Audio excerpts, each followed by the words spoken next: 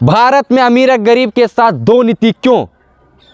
क्या सरकारी नौकरी करने वाला ही प्राइवेट विद्यालय में पढ़ाई करेंगे? क्या गरीब घर के बच्चे सरकारी विद्यालय में ही पढ़ाई करेंगे? आखिर दो नीति क्यों? आज बात करेंगे टाइगर जयराम महतो और बेबी महतो को लेकर।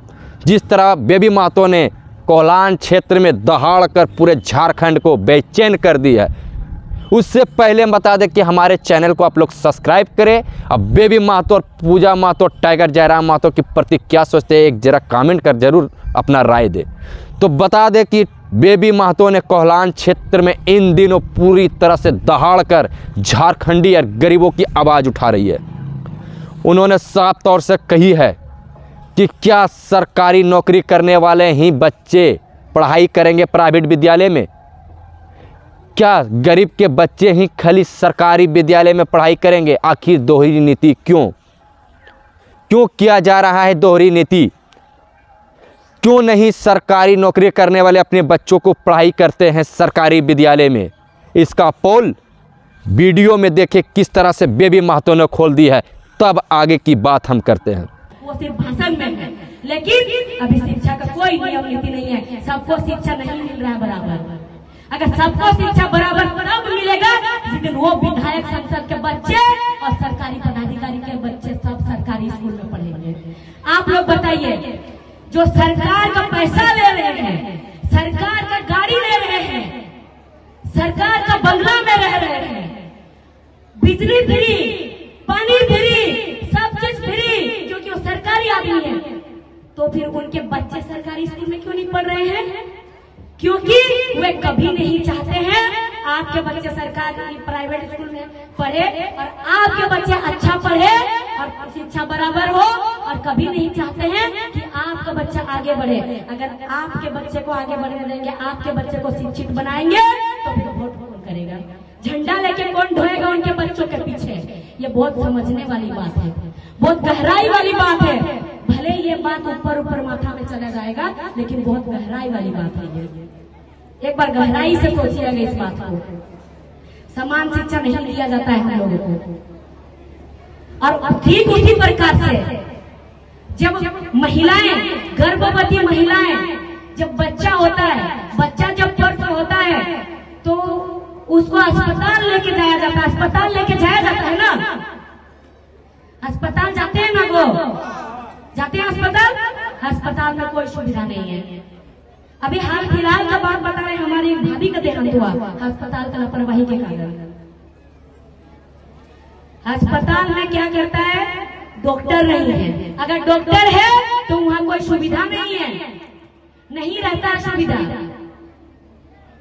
शर्माने वाली बात नहीं, हकीकत बात है। अगर किसी का नॉर्मल डिलीवरी हो जाता है, तो फिर अगर उसका ब्लडिंग बंद नहीं होता है, तो निश्चित है कि वो महिला का अस्पताल में मौत होगा, क्योंकि कोई सुविधा नहीं है अस्पताल में। और जो सरकार में बैठे हुए, जो सरकारी पद में है, उनके बहू बेटियों को बड़ा बड़ा प्राइवेट अस्पताल लेके जाया जाता है। उनके बहू बेटियों को सरकारी अस्पताल क्यों नहीं लेके जाया जाता है?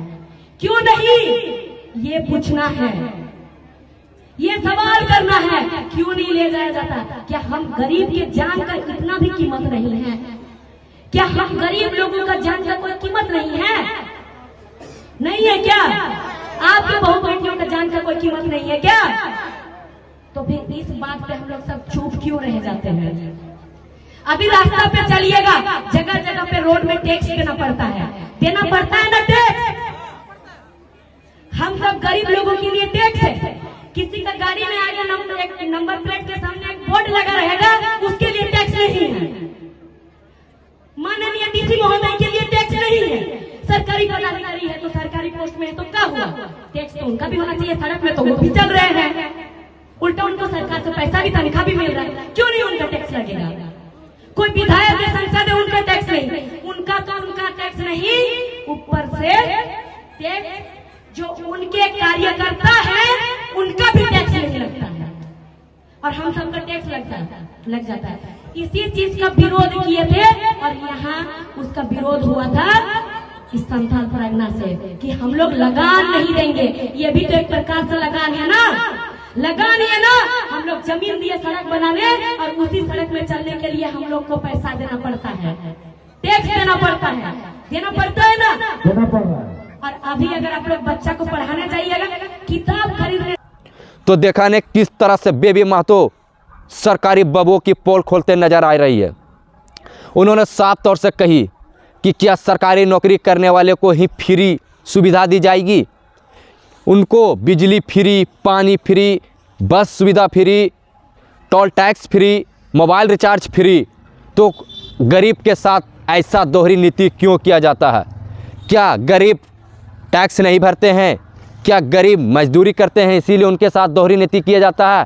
क्या सरकारी नौकरी करते हैं जो कुर्सी तोड़ते हैं उनको सिर्फ फ्री दिया जाएगा? आज वो भी सरकारी नौकरी करते हैं तो किनके पैसे के दम पर?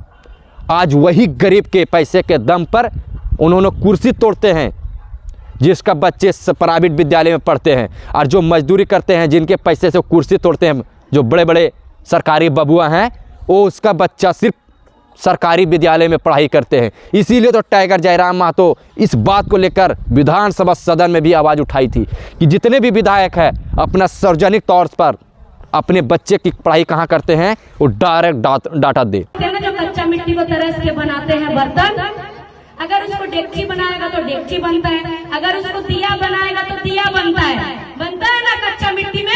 तो वही हमारे झारखंड के लोग इतने भोले भाले लोग हैं कि अगर इन्हें कोई आके, इनके सामने कोई आके अगर अपना दुख सुनाने लगेगा, अगर एक उदाहरण देकर समझा रही हूँ, अगर कोई करोड़पति अरबपति आदमी आएगा और झारखंड के लोग जो हम मांग के खा रहे हैं, अगर हमारे सामने आके हाथ फैलाएगा, उसके पास हम जान अरबों संपत्ति है, लेकिन आके बोलेगा कि भाई हमारे बच्चे भूखे हैं, हमें दो ना थोड़ा खाने के लिए। लेकिन हमारे झारखंड के लोग इतने भोले वाले हैं, अपना पेट को भूखा रखेंगे, अपना बच्चा को भूखा रखेंगे, उनको परोस देंगे। इसीलिए आपकी बात हमें देखना है कि पहले हमें अपना पेट पालना है, उसके बाद हमें दूसरों को देना है। बचेगा तो, नहीं तो नहीं। जैसे अभी नियम नीति, जैसे भैया लोग दादा लोग बोले ना ये अमित दादा अभी कि यहाँ पर नियोजन नीति नहीं है, उद्योग नीति नहीं है, विस्थापन नीति नहीं है, इसीलिए आज आप लोगों को विस्थापन का दर्द झेलना पड़ रहा है। नियोजन नीति नहीं बना हुआ है झारखंड में, इसीलिए आज आप लोगों को रोजगार के लिए दर दर भटकना पड़ रहा है। आप लोगों को ही नहीं, हम लोगों को भी दर दर भटकना पड़ रहा है। इसीलिए आज हम लोग यहाँ पर आए हैं और जगह जगह जा करके समझा रहे हैं। हम एक छात्र हैं, हम भी एक छात्र हैं, हम भी फॉर्म भरते हैं, कुछ भी निकलता है तो क्यों जाना पड़ रहा? क्योंकि हम लोग मजबूर हैं हमारा झारखंड का परिस्थिति को देख करके। और आप लोग जानते हैं कि अगर जिनके भी बच्चे पढ़ रहे हैं, आप लोग जान रहे हैं कि आप लोग के बच्चे पढ़ते जा रहे हैं, फॉर्म भरते जा रहे हैं, एग्जाम देते जा रहे हैं, नौकरी बाहर वाला का होते जा रहा है बाहर वाला का। आप लोग बताइए, आप लोगों का क्षेत्र का कितना बच्चा पढ़े लिखे आया है, उनका नौकरी हुआ है? नहीं हुआ है। क्या बोला जाता है कि आपके बच्चे काबिल नहीं है? क्या आपके बच्चे काबिल नहीं है? आप लोग बताइए। गांव घर के जो बच्चे होते हैं, जब बच्चे 5 वर्ष के रहते हैं, वो बच्चे को पूरे गांव के सभी लोगों का नाम याद रहता है। इतना ही नहीं, किनके घर में कितना छगरी है, किनके घर में कितना मुर्गी है, वो भी याद रहता है ना।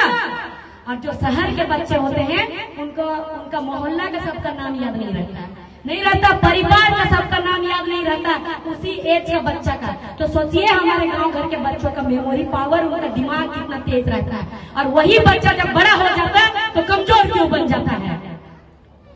फिर उसी बच्चा को बोला जाता है कि आपका बच्चा का इंटरव्यू में नहीं होगा, आपका बच्चा परीक्षा में पास नहीं हुआ। अरे कैसे नहीं होगा आपका बच्चा परीक्षा में पास? कमजोर इसलिए होता है क्योंकि यहाँ पर शिक्षा का कोई व्यवस्था नहीं है, यहाँ का शिक्षा का कोई नीति नहीं बनाया हुआ है। यहाँ हमेशा बोला जाता है कि सबको शिक्षा, सबको ज्ञान, खाली दीवारों पे लिखा जाता है और चुनाव से पहले खाली माइकों में कहा जाता है और भाषण दिया जाता है। तो कैसा लगा वीडियो आप कमेंट कर जरूर बताएं। जोहार झारखंड।